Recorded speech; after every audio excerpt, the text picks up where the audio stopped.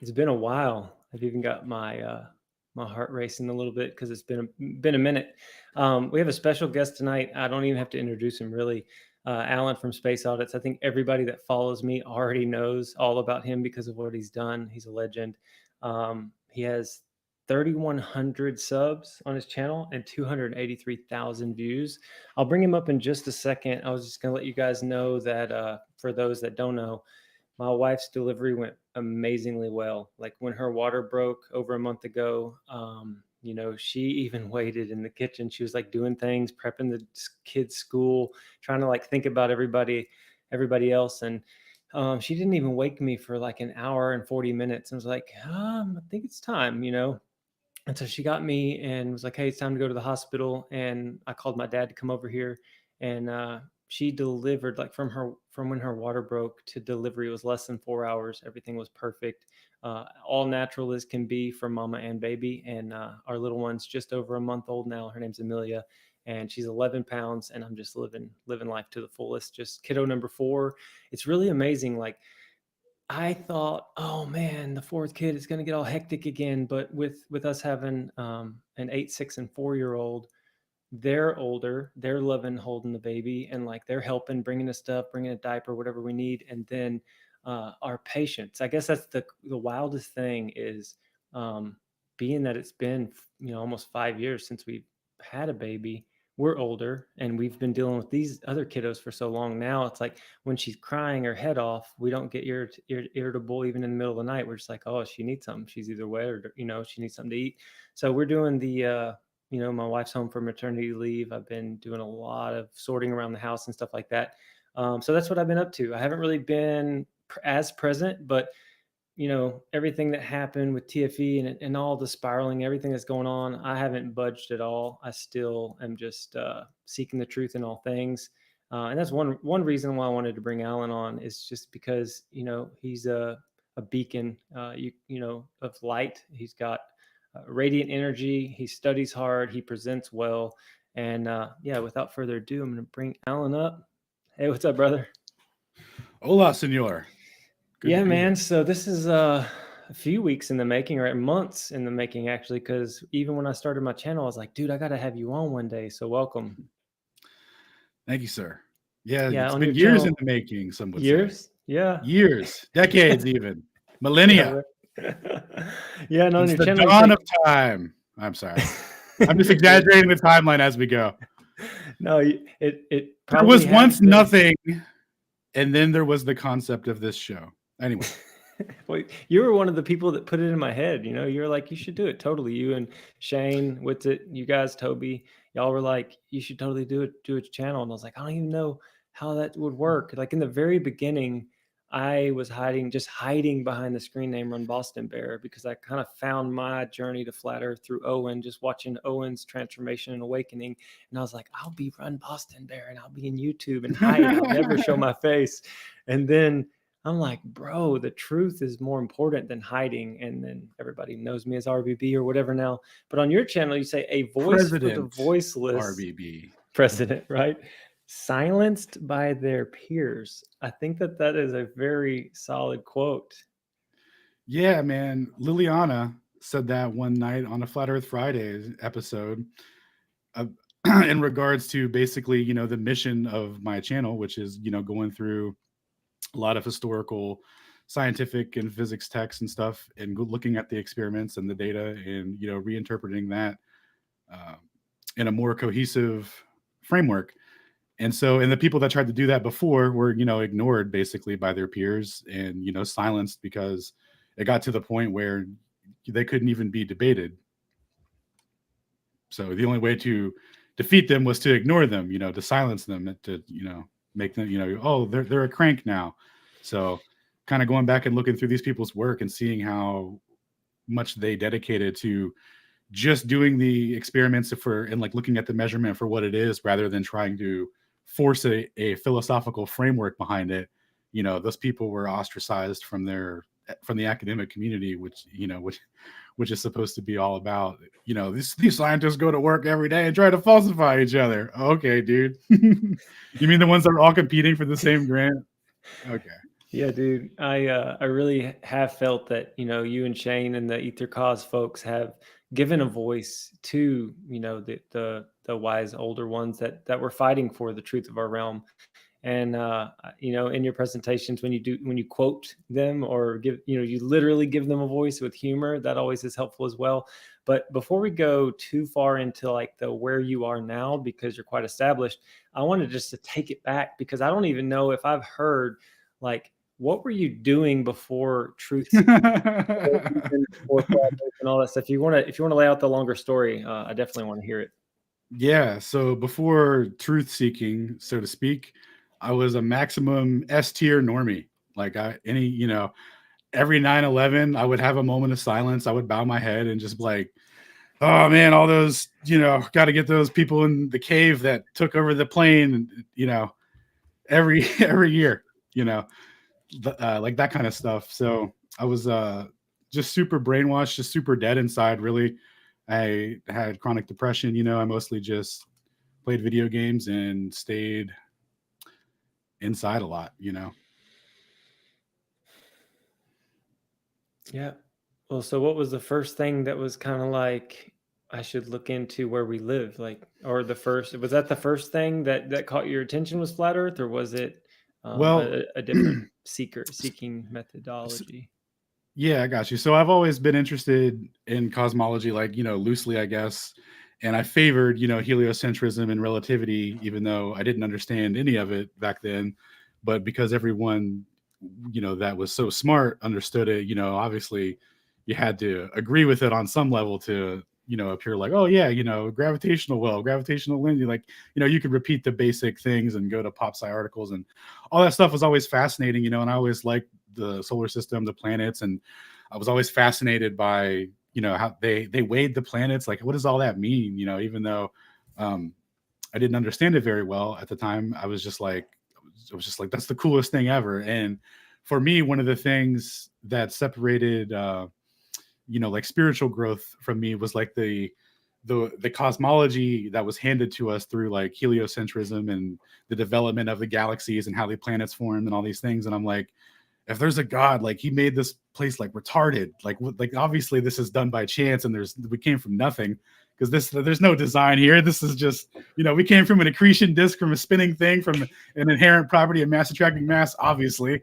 there just didn't seem to be any sort of intention there. And then we're always told about the Goldilocks zone and that sort of thing, and we're just happen to exist in this magic ratio of possibility to exist. And it's like, oh, that's cool, that's all I needed. So I had this like hard barrier of spiritual separation, of like, of like a purpose to actually be here.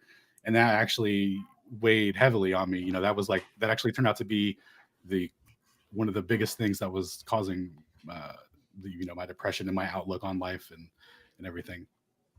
Yeah, man, that's intense. I've met a lot of people that kind of, the whole idea of like not knowing where we are, or just believing in Darwinian evolution, like we're just Oh like, yeah. you know we came from primordial ooze struck by lightning. Because like, if you really play the story out, if there's not really a meaning or a reason, it's just like accident, then you can kind of treat others, or even treat yourself, in ways that just doesn't matter. Like, people are like, I don't matter what I do, and then they cheat and they Yep. lie and they hurt others. There's no like moral accountability. So it's so this journey's kind of brought you definitely out of the depression. It's giving you something to do, something to focus on, something to study, uh, with your presentations and such. But I've seen you get more and more joy and peace and stuff over the years. So that's motivational, and it moves people to see people change because of truth. Yeah, it's been a fascinating progression. So, um, like you were saying, so the way that it kind of started out, I always had that basic fascination with it, but I was super into mainstream normie stuff. And it wasn't until my baby first conspiracy, when I came across some conflicting 9/11 information, that's when like things really took a dark turn, took a dark turn, so to speak, where I was like, all right, well, I need to figure out some other things. And then I went and looked into the moon landing, because that seemed like a lot safer, than the government conspired to do a false flag and, to perpetuate never-ending war, etc. Right? So it was like, how about that moon landing? What was up with that? Did those guys did they play golf on that or what? Yeah. So after like a 2-year struggle with going back and forth with that, I finally like admitted like 0%, the 1% chance or whatever, right? Like the super low odds that they went, right? It's just not tenable, in my Man, opinions. were you just doing this research solo, or did you have anybody that you were kind of going through it with? So just kind of solo. It was kind of a solo project. I would talk to one of my buddies about it, who kind of knew about the financial system a little better, and I would be like, why do they what what's happening here? And he's just like, I don't know either. Like the thing with me is that like really bummed me out is like I didn't understand like the spiritual aspect of it yet, and like just finding out about like the overarching thing, it was just like, why this sucks. How do we get out? Like it made it worse. But then going through and finding out more and continuing to learn more, knowledge is power, as they say. And then once you have enough of that, you can't be hurt by the thing that is oppressing you or whatever, or sort of thing. So it all worked out in the end. That's a common message that I'm seeing on different people's channel right now. It's like for the truthers, and I hate to say like the real ones, because like there's people twisting it to go into the other side and all this kind of stuff. But I think the people that are really hungry for the truth, and gosh, that sounds cliche or it sounds kind of goofy, but like there is a way to eat, there is a way to rest your body and meditate or live. There's a way to go about life that brings vitality, brings hope, a future, joy, laughter, the good things, I would say fruits of the spirit. And there's a way to live where it harms other people, it harms yourself, it goes darker, it gets bleaker. So I hear a lot of people, saying that they're getting set free on this journey. And I mean, the interesting thing for me is I can talk to people, anybody, and they can have a differing opinion on a matter, and it doesn't bother me. I want to hear them out now. We're used to, I didn't realize how judgmental I was. You've heard me say this before, where if somebody had a differing view, all of a sudden they were an enemy. It's like I was programmed to believe, oh, you don't think like me? I'm scared of you. Oh, I don't want to hear what you have to say. But now I'm like, dude, you're a human being. Like we are brothers and sisters in this moment together. What do you have to say? What have you been through? What do you know? What do you think you know? Because it's really like, what do you think you know, right? Because we've been programmed since birth on Yeah. so many things, and then the media and just all the stuff. But it's really cool to hear that you just went solo at it and found a little bit of fakery here or a little bit of that can't work there. But I guess I kind of am curious about how you've gone from just that part of investigating to this master, organizer with your Obsidian page and all that you've gone into. And I mean, you could answer like, oh, I've just read papers and studied, but there has to be some kind of divine push for you, I would think. But I'll let you answer for yourself. How have you gotten so sharp with all the physics and all the stuff? Well, watching the lads, operate, right? So I would watch Witsit debate people, and a common thing would be like, show me that paper right now immediately, or it doesn't exist and your point's invalid.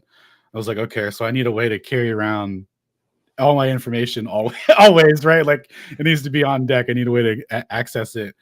And at the time that I was, starting to gather all this stuff and keep it all in a database, my boy Ion, who's in the chat, Ion's cat, messaged me. Who shout out to him, by the way. Always been super encouraging, tons of support and love from him. He hit me up and was like, "Hey, this is what the students use to keep track of their research for their PhD candidate, like just anything that they're doing. Like you either use Zotero or you use this program called EndNote." And so I once I got EndNote and Zotero, it was over, dude. It was so like, oh, you just categorize everything. It became like you become like a hoarder of information, right? You just like, oh, I'll just bookmark all these, read them later.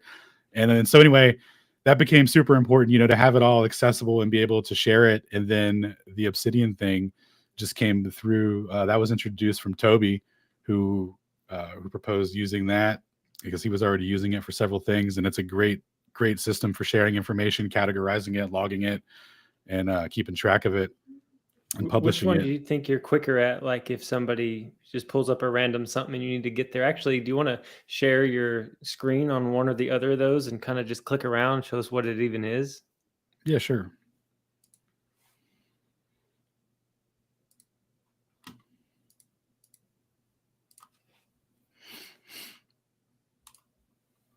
Here we go. Let me move you over to my other monitor. All right, so Zotero manages PDFs and other sources. You can actually categorize images. So, like, say what Shane used to do is he would have like a folder on his computer, and then he would have like a subfolder with a bunch of stuff in it, right? And have it all disorganized. But what you could do is you could actually put images in here too and categorize them and tag them. And you can come up here in your search thing and then type like, flat earth, sunset, whatever. And then all your things that are tagged for that will come up immediately. So if you're in the fight, so to speak, definitely throw in Zotero there for your organization.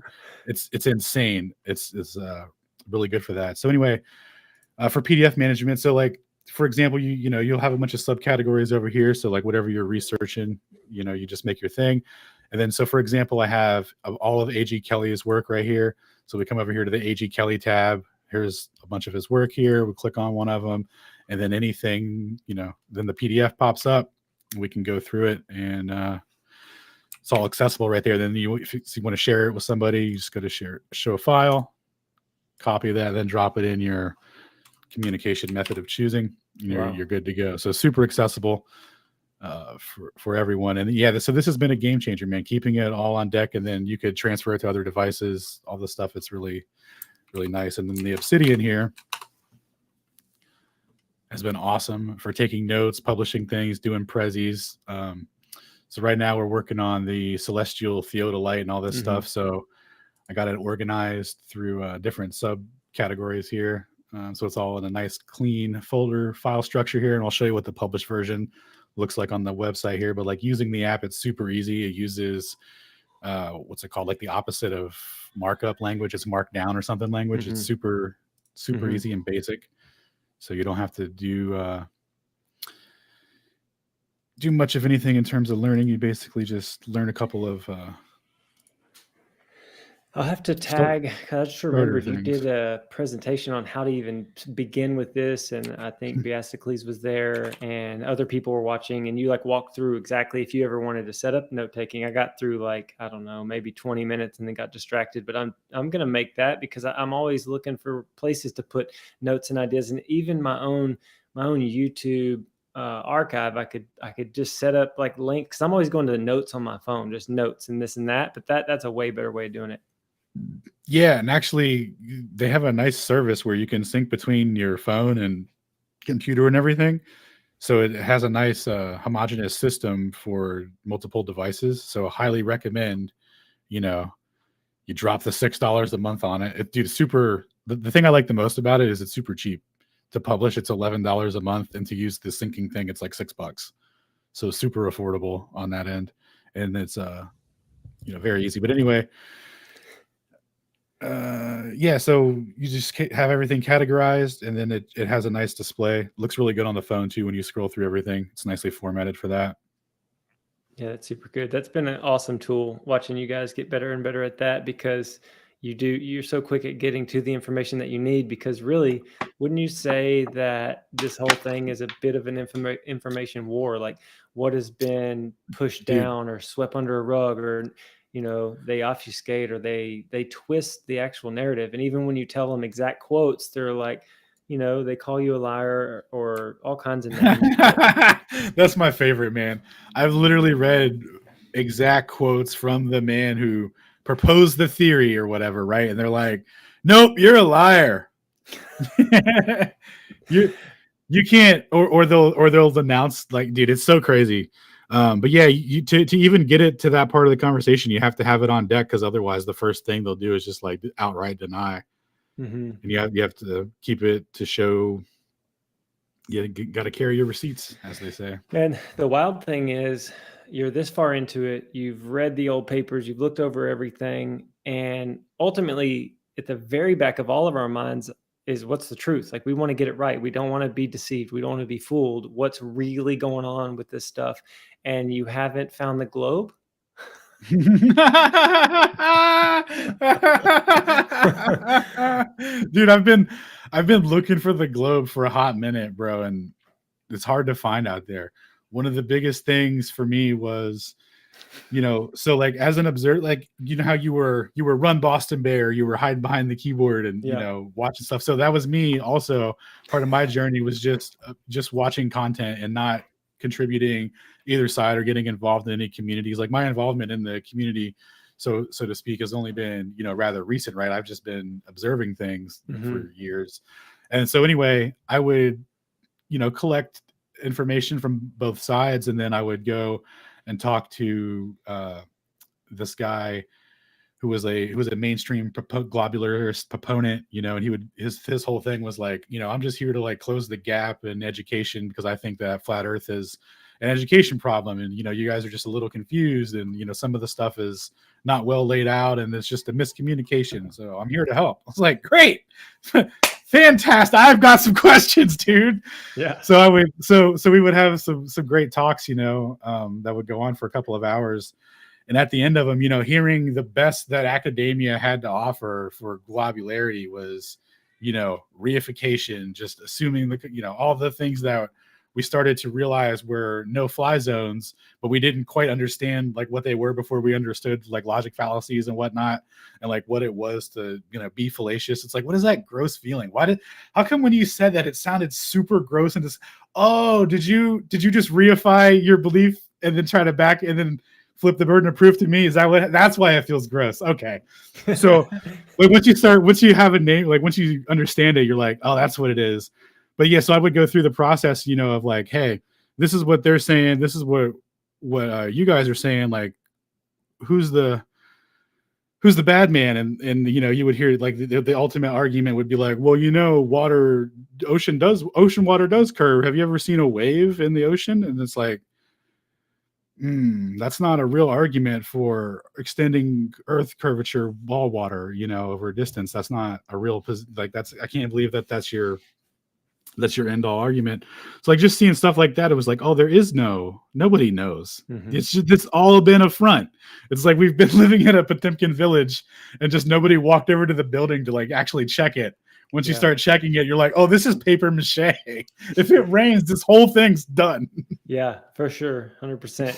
And as you were talking just then, I'm realizing that when you enter into flat Earth, if you really want to get into it, you have to become a better communicator. You have to become a better debater, and like you said, learn the fallacies. Like Galatrax has really taken it, head on with learning like what is a fallacy. And then we know Mindshock. Bruce at Mindshock does great because he's like, hey man, flat Earth, that topic is great for him exercising what is fallacious and what is not, but when you look at Bruce, like he's not emotional about it. He just kind of says, let's look at it from both points of view. And you notice that people that are hardcore believers in the globe, not just globe believers, but anti-flat earthers, they get hyper emotional and super pissed, and they hate us, but they love us at the same time. Like they are obsessed with all the content, watch every single thing. They're chatting away. It gets kind of weird, honestly, but man, with Bruce doing what he does, and then you also reminded me of Mark Gober and Dr. Steve Young, because they both wrote books. Like The End to the Upside Down Cosmos by Mark Gober. They were mentioning. I mean, I was listening to it mowing just like 3 days ago. He's mentioning with its debates and almost laying out kind of what we've already talked about here, how people approach the topic. And Steve Young is doing the same thing, because I mean, Steve Young has a PhD in physics he has a master's in physics and a PhD in nuclear theoretical physics. So he was as far up as you could possibly go. Even the special tests, like he got called to the higher testing because he was so good.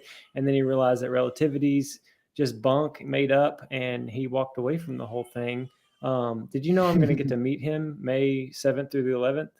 No, that's awesome. That's Mark, that's awesome. Mark, and Steve are going to go to Confluence in Texas, and Ian's going to be there as well. A lot of legends are going to be showing up. But I guess what I was trying to say or get at with all this is there really is something about a person, an individual, that can look at a situation from both sides without getting emotional about it. So, like for me, I mean, whenever I was looking at it, I thought flat Earth sounded really ridiculous. My friend from high school just told me, uh, "Yeah, I don't think space is a place that you can actually go. I think it's a made-up narrative. Like I think we live in an enclosed realm.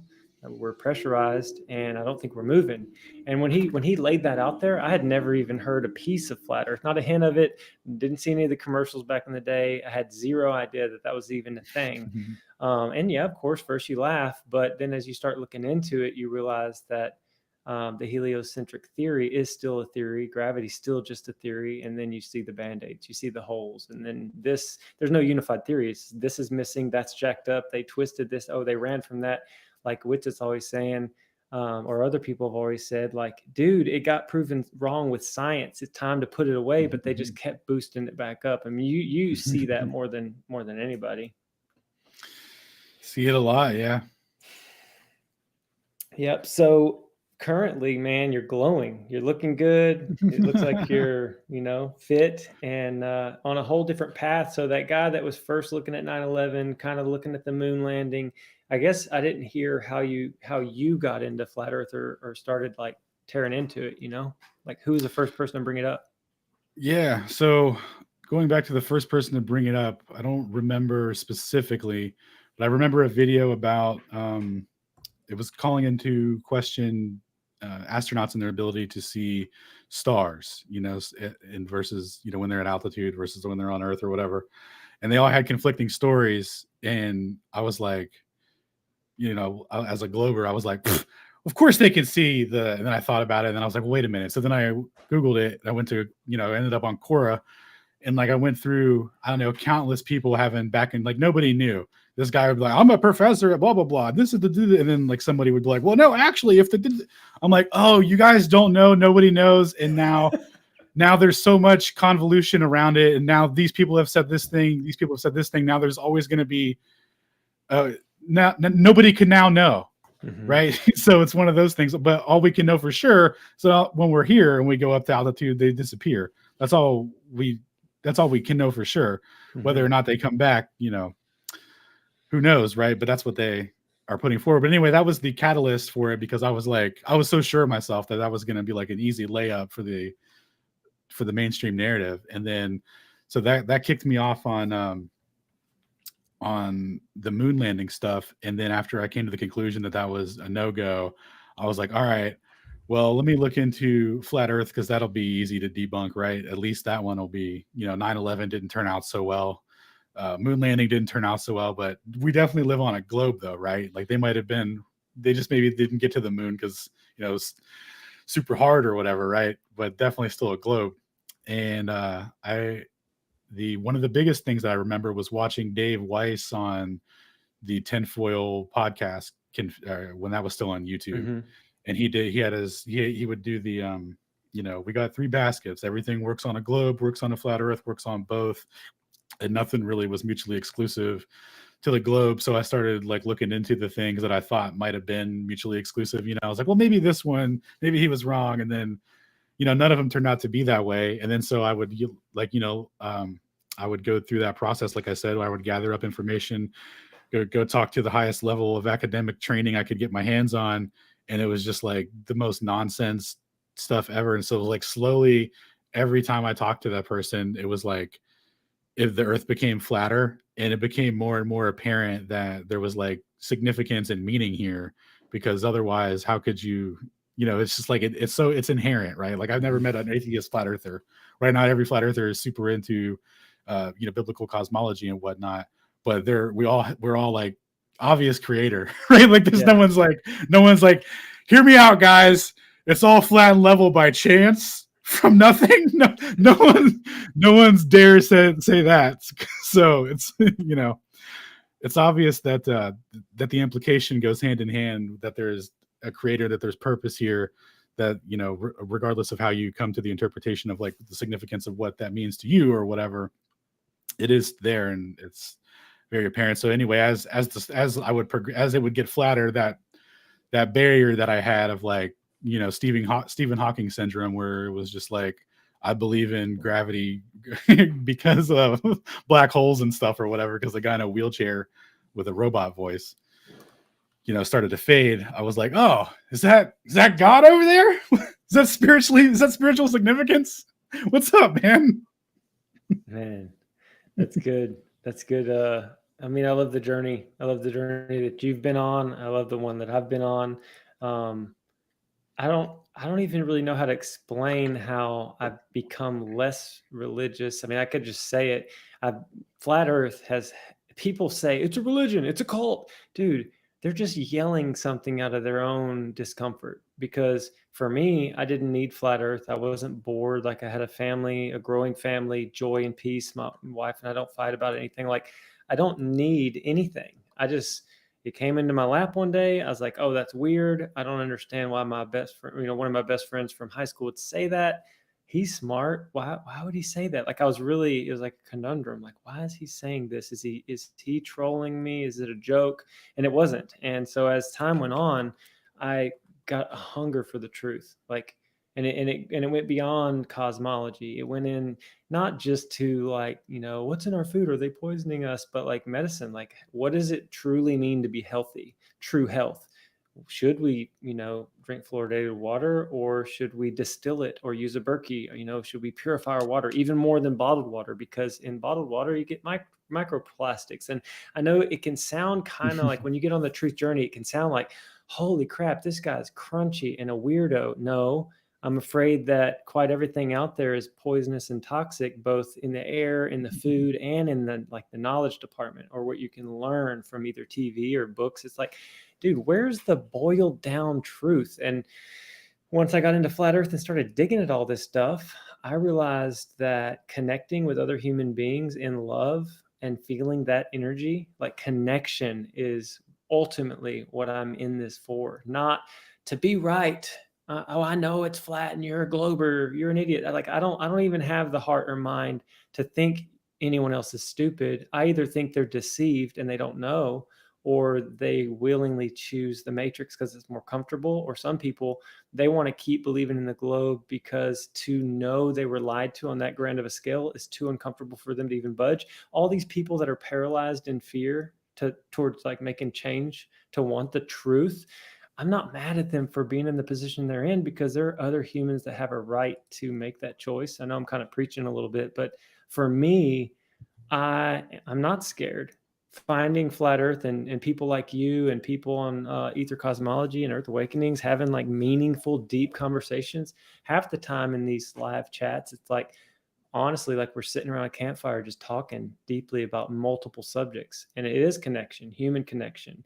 And it's not just BS materialism junk crap that a lot of us got in high school, where like the relationships weren't that real. So I mean, I'm living my best life, making connections that are meaningful and lasting. And if somebody thinks I'm an idiot for having a channel that promotes the truth, be it flat earth or what's in our food or what is true health, they're judging me, and that's bad on them, because I don't have anything but love for them. And I hope that everybody finds a better way of living to where they can connect. But yeah, rant over. It's just try to love your fellow brother and sister, even if they differ. That's my piece on this. Yeah. That was a lot. I haven't streamed in a while, and I've seen a lot of people spiraling, and it hurts. Just because I think a year and a half ago, this whole movement was just really pushing towards us being set free as a whole, as a collective, like set free from the beast system and the lies. And that system didn't like that. I mean, it's making big moves to try to crush our ability to communicate with each other, or get everybody like hating, like from within the community. Oh, let's twist and turn and hate each other and backbite. But you know what, guys? I see a lot in the community that haven't moved at all, haven't budged at all. And I mean, I think it's kind of like people are saying we're the real ones, not that we're like tooting our own horn or anything, but I say if you've remained steady and calm and patient and haven't been freaked out about anything that's gone on, you're continuing to move forward in love, in hope and light, and you've just remained steady, then I think you're on the right path. So keep it up. Yeah.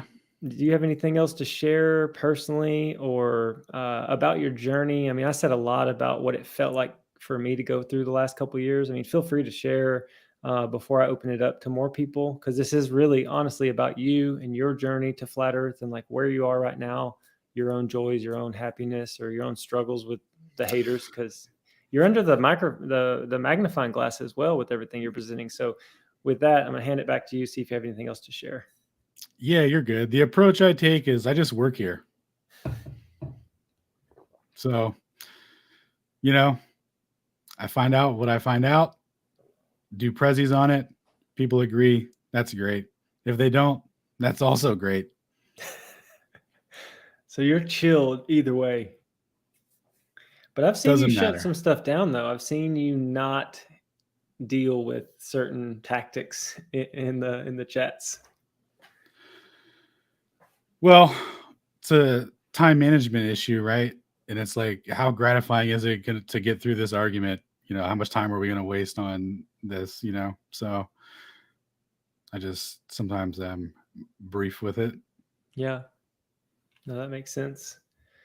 And then, like, what's coming up? I mean, so I know that, like, for basic, if you want to run through flat Earth proofs, like I've loved watching you guys covering the shadow sets, the Battle of the Beams, the Celestial Theodolite, Aries Success, the Null Hypothesis, Michelson Morley. Like, as you go through these and dive into each one, it's like, well, man, this is the deal. Like, with the measurements, we're not moving. And so measurements can't have an emotion, measurements can't have an ego, can't have pride, can't have fear. It just is what it is. I don't see why there's still a huge raging debate, other than the fact that the heliocentrism like deal has had 500 years to like get its steam going. But I've listed a few. Are those probably the strongest in your opinion on like, man, it's flat, man, it's not moving. You can't find curve anywhere. Water, lies finds its level. Yeah, when I went down the rabbit hole of interferometry and found out that you could use the phase difference in light as a ratio to find a velocity, to down to the nano wavelength, the nanometer wavelength scale, was like, okay, so they definitely realized that they weren't moving, or that the implication was that there was something that was moving, but it wasn't them. And then, not at the velocities that they predicted. So that was huge. And then, yeah, when in terms of like Battle of the Beams and shadow sets, it was just like, oh yeah, the implication super flat, right? And then Celestial Theodolite, where it's like, oh, it's even flat with respect to the stars. It's like, oh, fantastic. That's the best kind of flat, right? Because just being regular flat with no external reference doesn't really mean anything, right?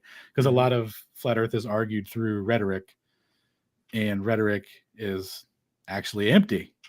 So anyway, when you have an external reference to be flat relative to, that's fantastic. That's the best kind.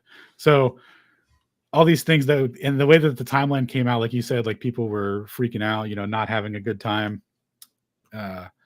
worrying about that. It's like, there was some concern over if you were arguing over rhetoric and using a model like that, then yeah, it would be a huge problem, right?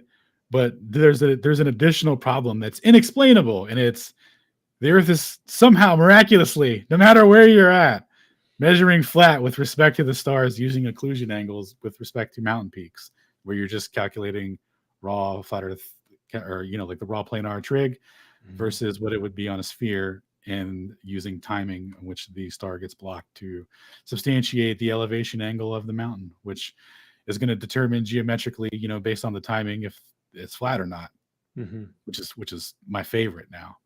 Man, it's so good. Y'all have been really, putting that through the ringer on Earth Awakenings, doing your own prezzies and conversations. I like how Heffron's, come on and talked it up. I mean, I did see Jesse trying to have something to say about that. He's trying his best. Shout out to Jesse. Yeah, I like Jesse. We've had, conversations on the side before, and I just I don't like him at all, but he's keeping me on my toes. Don't like him at all. Hmm. Well, man, it's been so good to grow with y'all, learn with you, pop in and out of Discord, on the regular, and just, the conversation. It's funny, like I wonder what the Globers think we're doing or who we are. Like, I know it doesn't matter, but do they really just think they're stupid to think the earth is flat? But do they not realize that we're talking about all these other meaningful things about life and growing as people? JT, instead of trying to get inside of the head of the Glober, I want to know more about these medallions on your wall. Is that a wall full of medallions, sir? Well, these are my wife's. These are my kids. These are a few of mine stacked up. And I have some. Those are my Boston ones, just from my 12 years at Boston. But yeah, bro. Oh, the Boston Wall. My Yeah, man's dude. got a Boston Wall. Yeah, man. Oh man, Dude, I've been running since third grade. My mom was an ultra runner when I was a I little tyke. I had no idea that your mom was an ultra runner. Oh, bro. It now makes sense, and I actually believe in evolution. Bro, let me tell you this quick story. So when I was a baby, like a tyke growing up, my mom was running 100-mile ultra races, and I would just be bored, dude. It would take her 18 hours, 25 hours, and I would just be like, just sitting at a campground and like wondering what I was going to do next. And I'd see my mom running up, and I'd be like, "Oh, mom, I'd be like, let's play. Are we going to chill?" And she'd be like, come, come, come, eat a bite. And she was gone because she had to do another lap. She had to do like 5 laps or 6 laps. So growing up, I was like, oh, my mom's like an elite runner. Like she ran for the US in 92, 93, and 94, like the 100K World Cup, which is basically the Olympics for the 100K. She was a chosen woman because she was like super fast. It actually took me 10 marathons to beat her time because she had a 2:58:58, and like to break 3 hours for a male is tough. But my mom's 5 feet tall, and she broke 3 hours in the marathon. So like what I do, I do this because I was raised in it. And like when I was in my mom's womb, she was running like a mile, 2 miles, even all the way up until I almost came out. So whatever you want to think about that. But now my wife's into marathoning. We have 4 kids. She ran a half marathon in each trimester with each child. So the one that just was born she just finished her 12th half marathon pregnant. So I like, have a question. I have a go for it. question. Go for it. Now, when those kids grow up, do they get like credit for participating in that race too? Because I know there's a thing like that, right? Where you have like tokens that transfer over.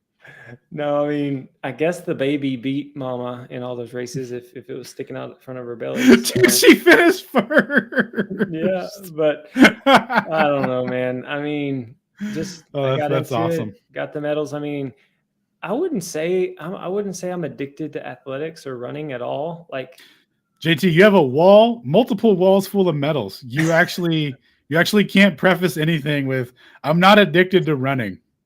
I could, if I broke it down, I'll have to tell you. I'll have to tell you this real quick.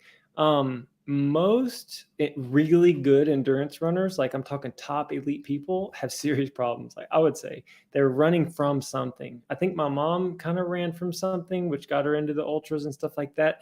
But as I found my relationship with Christ 15 years ago, I got a tremendous peace because there's no way I would be on stream ever, even showing my face anywhere because of all my problems in my past. Like people have heard me talk before about, I used to have, I think it was like a dysphoria where when I looked in the mirror, I hated who I saw. Like I couldn't stand the person looking back at me because who I felt like inside, like as a soul, or like my inside thought of who I am, and then who I saw in the mirror, there was a big disconnect between those two people. And it was very uncomfortable. And I also got bullied, in high school. I was always tall and skinny, and just the football players were just like, slamming me into lockers and stuff. And I also would go, and you can laugh all you want. It's kind of funny. I wasn't like cliquish with You one, got cliche bullied, like TV bro. movie bullied from the 80s. Yeah, for sure. Nice, nice, Well, I was born in 80. So anyway, nice. um, Dude, they removed bullying from school or whatever. It was just like, you know, well, I was going to tell you, I didn't click with one group. Like I just loved everybody, kind of like I am now. But when I was younger in high school, the way I act now, people were just like, they were like, "You're gay. You're the gayest person I've ever seen." I was like, "No, I was like, I just like everybody. Like, I want to talk to the jocks and the nerds and the prep and the special needs kids. I just wanted to talk to everybody and get to know them and be friendly to them. And then, of course, the football people were like, "Dude, you're the biggest fag I That ever knew." And then that that does was sound hella hard. gay, though. That does sound hella gay. To be fair, Well, it's hard. You're not making a good case. for Like, myself. yeah, but I'd like to hear the football player side of it now.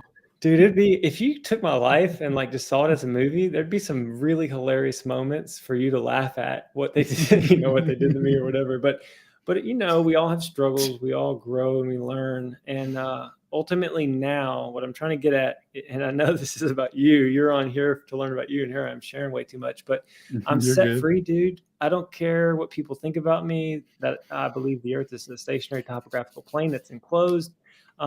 And even if biblical cosmology wasn't, the truth, like I think it is, but if it was some other, like they have the simulation theory or there's other ideas besides globe, and I'm okay with anything as long as it's the truth. And if I don't have the truth today, I want to shift and migrate towards the truth. And I will, whatever it is, I'll just move to it because the truth is better than lies. Light is better than darkness. And I don't want to be deceived. So many of us have been deceived for so long. So, yeah, man, I love being here. I love being a part of the community. I've loved learning from you, all the work you put in, the prezzies. I know sometimes you're just like, man, another presentation. I've got this big one to work on and get it out there, but you don't know who's watching. Like, you don't know how impactful the work you're doing and is helping people with. So I wanted to thank you for the people that haven't reached out to you, and personally, just thank you for the work you put in. Well, thank you, man. Yeah, it's always awesome because you're like you said, you don't know who's watching, and every now and then someone will reach out and be like, "Hey, I watched." It's Yeah, like right. nice. Yep. Yep. Well, I'm going to drop the link for people to join if you have time in a minute. Yeah. I will tell you today, randomly on X, it was like, "Hey, Sacred's speaking in the space." And I popped in there and I listened, and he represented the level heads well. He was, talking flat earth positively about it. And we're on a little bit of a break, so I was thinking like they're gone forever, and, Proud's channel's gone, like whatever's going on with that, maybe it's personal, but Sacred sounded like the same old Sacred to me. And I was just like, sweet, that's good, that's positive. I don't know what everybody else knows, but he seemed like the same old dude to me. And that felt good. So I don't know if you have a comment on that or not, but that's what I experienced today, and I smiled about it. So let me go up Nice. here, guys. I'm gonna drop the join link in the chat if you want to come and thank Alan yourself for his hard work, or just anything. If you want to tell a little bit of your flat earth journey, I can't be on forever because we do have an infant at home, a 1-month-old. I'm good for sure for another Think about hour. It like just depends on what Alan wants to do. But I yeah, dropped the think link if about you, huh? yeah, like another 20 minutes or so. You got 20 minutes? Yeah. Cool. So Alan will be here for 20. If you want to pop in and show him some love or whatever, hit that link quick. I'll bring you up. And then when he goes, I'll probably chill a little bit longer if people are chatting it up. But you know what? If nobody shows, then it'll be a short show. But I bet you somebody will jump in a second. I appreciate you doing this stream with me, man. I'm still getting my feet wet with the whole thing. I mean, I don't even think I have 10. I don't even think I have 10 lives. Well, dude, like you were saying earlier, you were JT man behind the keyboard, and then you started putting yourself out there a little more and more. We were always encouraging you. It's nice to see you out there doing this stuff now. Being an OBS lad, well, I see you're a Talk Studio Stream Labs lad now, which is kind of disgusting, but I'll let it pass since you're a busy man. You don't have time to be an OBS lad. But it's awesome to see you, out there using the stuff and Dude, I want to be an making OBS videos. slab. I've got to get trained up. I saw Shane was hating on your Linux earlier. He said something about gay. Shane's permanently hating on it. He doesn't know it's better. Oh, what did I do? There we go. Yeah. Did I drop it? I should have. Yeah, there it is. Talk Studios. People, don't be shy. Pop on up. We got 43 watching. That's kind of fun. You know who talked me into using Talk Studios was Chris Crumb. Don't follow Crumb. Mm, He told me to do this, and it's been pretty cool. disgusting. But as we see if people will hop on, I'll run through the chat real quick and just see if I see some folks. Oh, Karen B. Oh, she put fire earlier because we were doing this. Andrew B. He sent me a baby gift. That was great. So did Joe Hanvey, which was cool. And then RG the artist. I think those were the three people that sent a little something. That was cool. I am Nice. Cat, like you said, came in here. Shalom Shire Farms. Is that what it is? I can't see the last name, but Yeah, yeah, Shalom Mojo Shire Shop's always in the Farms. house. Did you know Mojo? He saved the day at the last Flattoberfest, because you know how we had like the hurricane come in and like the place we were going to have it at just got shut down and all the equipment got like kind of buried up in there. He had a Yeah, trailer with everything they needed and he set up shop and nice. we rocked. Brian Cash. I always say this one wrong, but I think it's Hercules. Is that right? Say it wrong. Side within the SOP showed up. It's cool to see you, bro. I didn't watch the chat. I don't like getting distracted. I just like staying focused.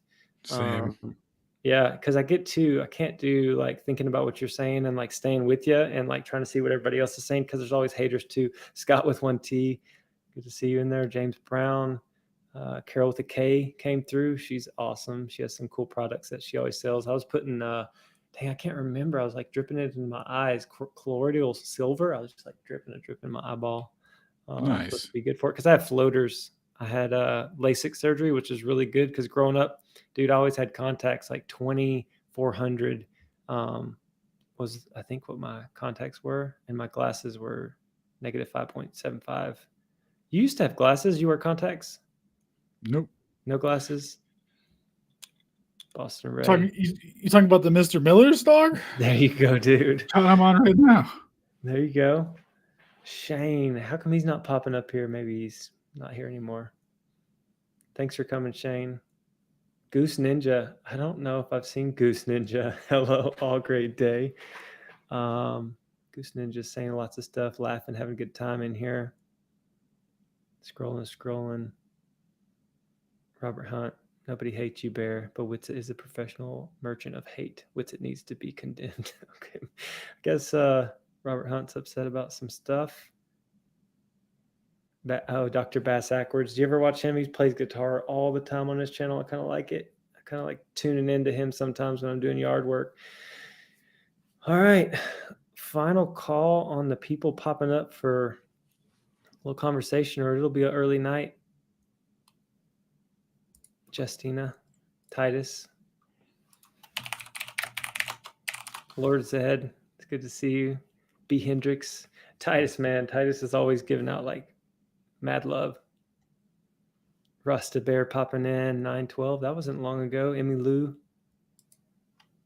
ADR. Yeah, sorry I didn't read all this. I mean, there's no way I could read it all. Oh, I thought somebody came in. Justin Johnson, welcome, bro. But if nobody's going to pop up, tell me what, if you want to tell folks what your new schedule is, because I know you kind of tweaked it a little bit, and maybe what you have coming up. Yeah, so the permanent schedule moving forward will be Tuesday and Sunday. So Tuesday 8 p.m. for the Ether roundtables, and then Sunday 3 p.m. for Glowbusters. Those will be the permanent shows that will be running. This Tuesday and Sunday will be on Ether mechanics and Ether physics. So remember the old thanks, Bob. What exactly did Bob measure? What is a man-made device? Is interferometry science or whatever? So we'll be going over all of that. And let's see. That's basically it. Other than that, it's open. Oh, Saturdays we'll be doing community events. This Saturday we'll be doing a trivia. So if you guys want to play trivia hosted by Man of Stone, there'll be a 10 slot available, for 10 lucky players to sign up for. And make sure you're there early if you want to play that. But yeah, we'll be hosting stuff on Discord every Saturday. Whether or not it'll be streamed, who knows? But we'll be playing some sort of game. I think next week we'll be playing the conspiracy game. If you're the little board card game or whatever, something like that. We'll be playing that next week. And so, yeah, that's what we'll be doing on Saturdays. Awesome, dude. Hopefully we'll get to plug into some of that. Gotta holler at Flatman B popped in, and then Titus, Mad Love.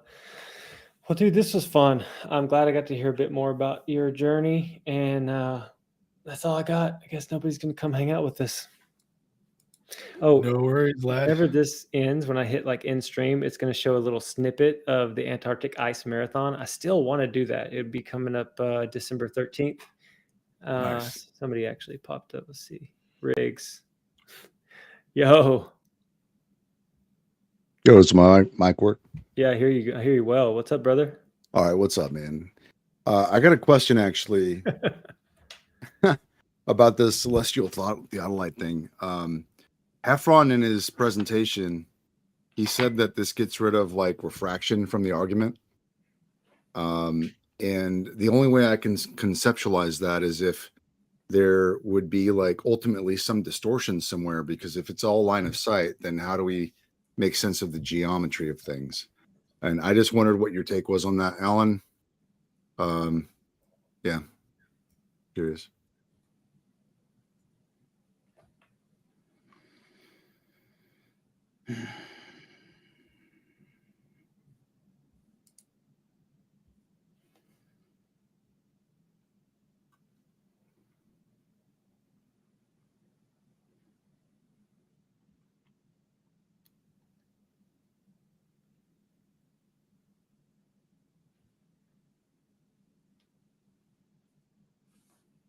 You going to share screen again? What? Are you going to share screen again? Did you hear Riggs?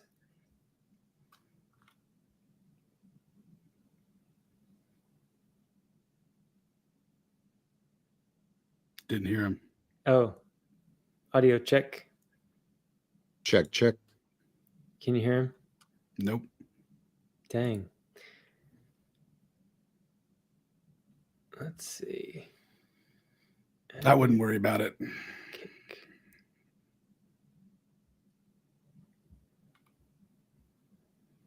Try to bring him down and back up. Wouldn't worry about it. All right. Why are you getting all emotional, Alan?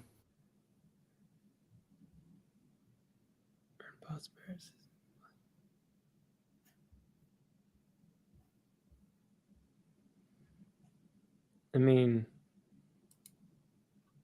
you're asking about the refraction of the experiment? Well, the idea is this: if we can see things line of sight, Yeah. he's going to leave, of course.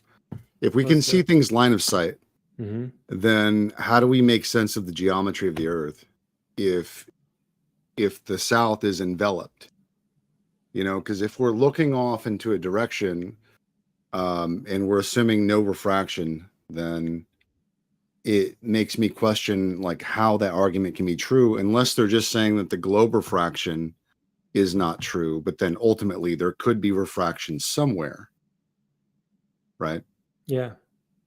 Like that's my take from it. But in Heffron's presentation, he said no, like they removed refraction, and so then it makes me wonder, like, does he actually mean that, or is there at some level somewhere a distortion taking place before we get the information?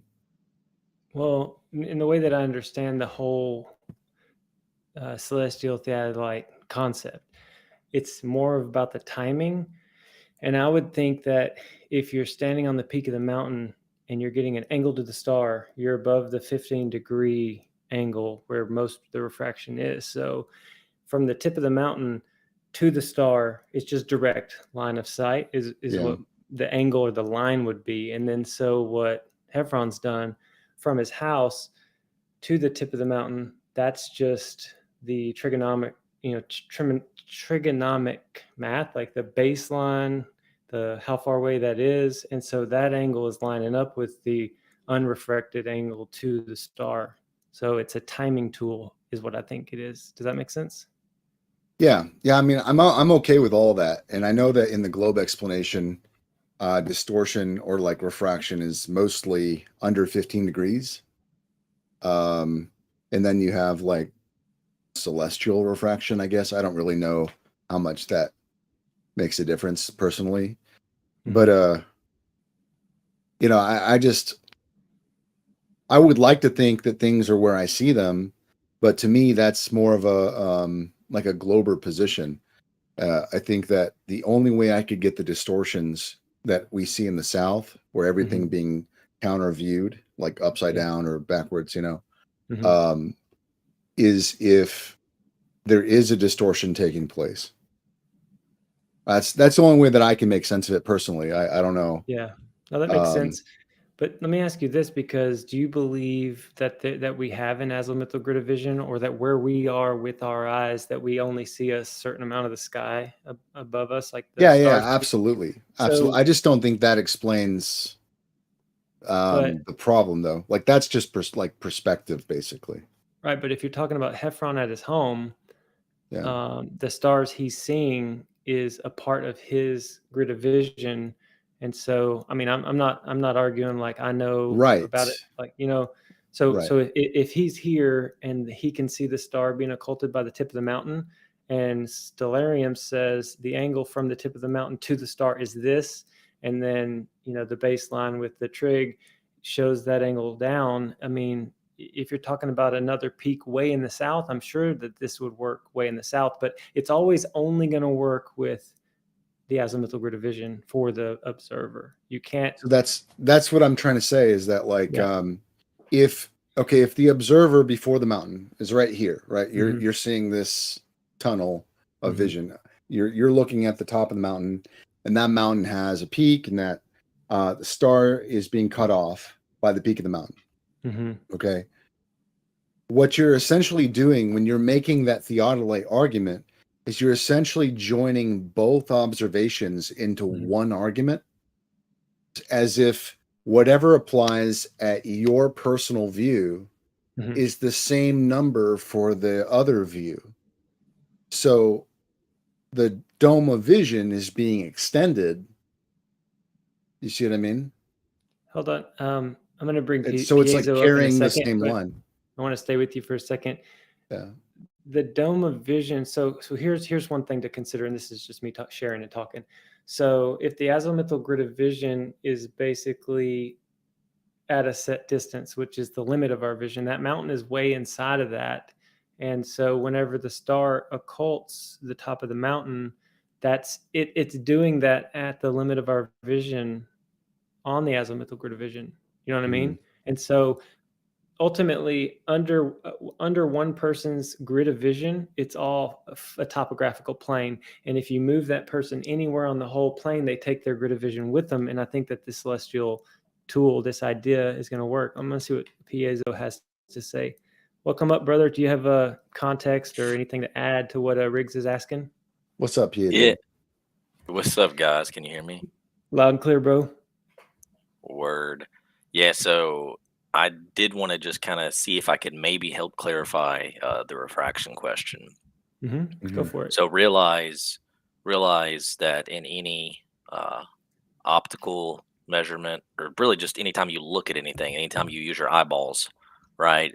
There's always a possibility or even a likelihood that refraction will be present, even if not to a large degree, maybe to a minute degree, but it's happening everywhere because, air is a medium, right? Different than vacuum. So, anyways, that being said, though, in the case of the celestial theodolite, the reason that refraction is not an issue for us is because whatever the angle the starlight is coming in at, right? That's the apparent position of the star, right? Um, but that apparent position of the star can only ever be blocked by a real physical object. So like wherever the starlight's coming from, if the star is at 2 degrees and the apparent position's at 3, for example, just making something up, right? You got starlight coming in at 3 degrees because of refraction or whatever. It's only going to be blocked if it really touches a real mountain. No refracted mountain, no like illusory mountain, no illusion out in the desert mirage mountain is going to block the starlight. You need a physical object to block it. So Mhm. wherever that starlight gets blocked, that's where the mountain is, right? That's what it tells us. And so when you check the timing on when you would predict it to happen, right? Because you can predict it, um, a flat baseline and a curved baseline will make two different predictions. I think the most recent set of diagrams that we made, the prediction for the curved globular baseline and the flat baseline were different. They differed by about 26 real life seconds, right? So the globular baseline predicted an occultation that would have been 26 seconds later than the flat baseline occultation. And guess what? It matched the flat prediction by within about 1 second.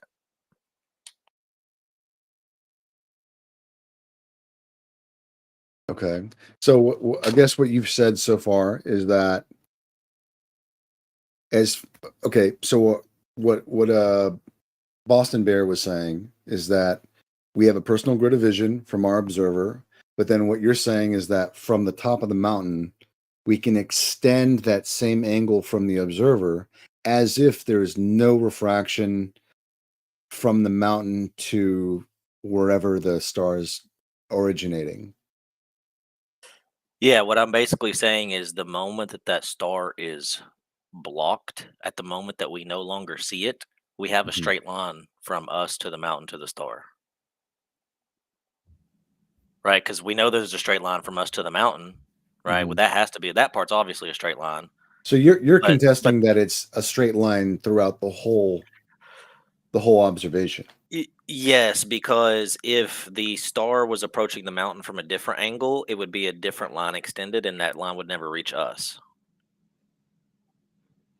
Well, if that's the case, then we're not observing any like true distortions. We're seeing variability in like random refracted effects. I wouldn't even say random refracted because you got to think like refraction is still it still exists, but it's very minute compared to like the corrections they're having to make. If you look at the literature and even what's officially put forward, they have completely different numbers for terrestrial and celestial refraction. They're completely Mhm. different degrees of magnitude. Oh, And one second. question. Oh, yeah, if you gotta. And so the uh the the celestial refraction basically is used as a ad hoc rescue device, post hoc rather, a post hoc rescue device, to make up the deviation between what is expected and what's actually observed. If you say that it's 2 arc minutes for the mountain, but 15 to 20 for the star in order to try to bring the star up to where we see it, that still Mhm. doesn't work to save their model for these observations because as I said before, even after you apply refraction to the star to raise its apparent position, it still differs on its occultation timing by, like I said, in this most recent example, it's different for every star, every mountain, but for this recent star mountain combo, by about 26 or 26 real Mhm. life seconds. So no, you can't really trace two different lines, and the nail in the coffin on this, right? If you really want to seal the deal on this particular point of it having to be one line and not two different ones, is that we also found in the case of Pike's Peak, which was the first set of measurements he did. I don't think we've calculated it on any of the other ones, but we probably could. We also found that when you take the formula, the general formula that's accepted for celestial refraction, if you apply it to the mountain, it brings that mountain's true position up to the flat baseline angle. That's what I wanted to ask. Yeah, that's what I wanted to ask. Like from the observer, when you're taking into account that angle, are you including the refracted angle or like a flat Earth angle with no distortions? Yeah, we're Like, not using yeah, refraction at all. So we're not. right, What I was saying about the reason I mentioned that is in their model, it would just have to be a pure coincidence, right? Like it's just a right. huge coincidence that, oh wow, that's weird. When we use celestial refraction on a terrestrial mountain, it causes it to bring the angle up to perfectly match a flat baseline with plane trig. That's weird. What a Yeah, coincidence. that tells me as like just someone who's investigating, that this was prior information. Like they must have used this to some aspect to create their answer. Oh yeah, when you Because look it's at the too formula, coincidental. It's too coincidental. It's like tantamount to the whole idea. Like they had to have known that prior to any other, like after the fact, which means that it's valuable. It's like useful. yeah, if you look at the formula, and I don't have it on hand right now, it's in one of the slides in one of Dr. Mike's original presentations. I could probably go find it if I wanted to, but just off the top of my dome, when you look at the formula for the correction factor for celestial refraction, it's it's in the form of like some variables in a big fraction, and it's got coefficients in front of the variables. But the coefficients are like arbitrary numbers. It's like 4 and 8.2 and 3.7, just like random arbitrary numbers, right? And anybody who's like, got any, background, like educated background in science, who when you look at that, you're like, that's so weird that, there's just these arbitrary coefficients in front of everything. That looks like they just plotted a data table full of observations and then used Excel or something to plot a best fit line and then reported the formula of that best fit line. I know here's the coefficients, right? So I think you're exactly right. I think that's exactly what they did. They went out and they had this set of expectations, right, based on the model they created. Then they took a set of observations, and then they noted that the observations deviated from the expectations, and they said, okay, well, this deviation must be due to refraction. Let's quantify it. And so then they just plotted a best fit line and spit out a formula, and there's your celestial refraction correction. Yeah. Yeah. After the fact. Okay. Well, I still, as much as I think I learn about this, like it's still kind of it still messes with me because you're trying to think of two paradigms at the same time. And just because I'm trying to build a worldview based on true information, it kind of feels like a tongue twister. Like you can try it many times, but you just, for whatever reason, I can't seem to get it totally straight sometimes with like incorporating this Heffron thing. I am Ian's cat said earlier, Run Boston Bear, can you please send everyone to the Space Audits live video called Community Streams Q&A with Mike Heffron on the Celestial Theodolite? It is the best explanation. He said, clear as day, that video explains all the tactics used to try to discredit it.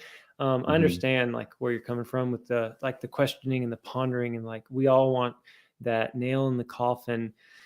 But in my own journey, it's interesting because there is a part of all of this where I think scripture says that the realm can't be known fully, like its dimensions or its depths, or kind of like maybe even what it is.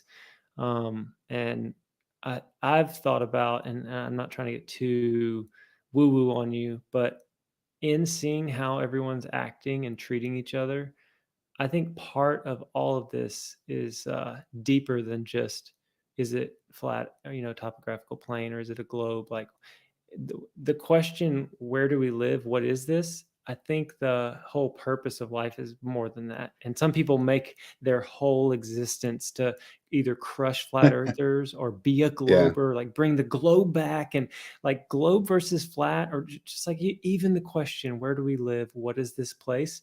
If you're not a person saying this is a beautiful place first, let me connect with you as a brother or sister. Now let's try to figure it out. If that's not your approach, then I think it's a disservice to existing. If you're just going to fight somebody because of ego or pride, or you want to be right over them or crush, But good question tonight. I'm glad you popped up, and I tagged you, I think, or I can send you that. Yeah, I'll check out that video. I appreciate it. Yeah, just figured it was a good time to ask because Alan was here. So yeah, man, I like your tenfold background, and I've enjoyed the journey as well with you. Our talks and everything like that. Like this whole thing for me has been more seeking the truth with my whole heart, trying to find it, and if I find it, share it. If I'm wrong, admit it, and then just connecting with people. And if you think I'm an idiot or in a cult for that, then you can think that. But I kind of don't care what the earth is as long as I'm seeking.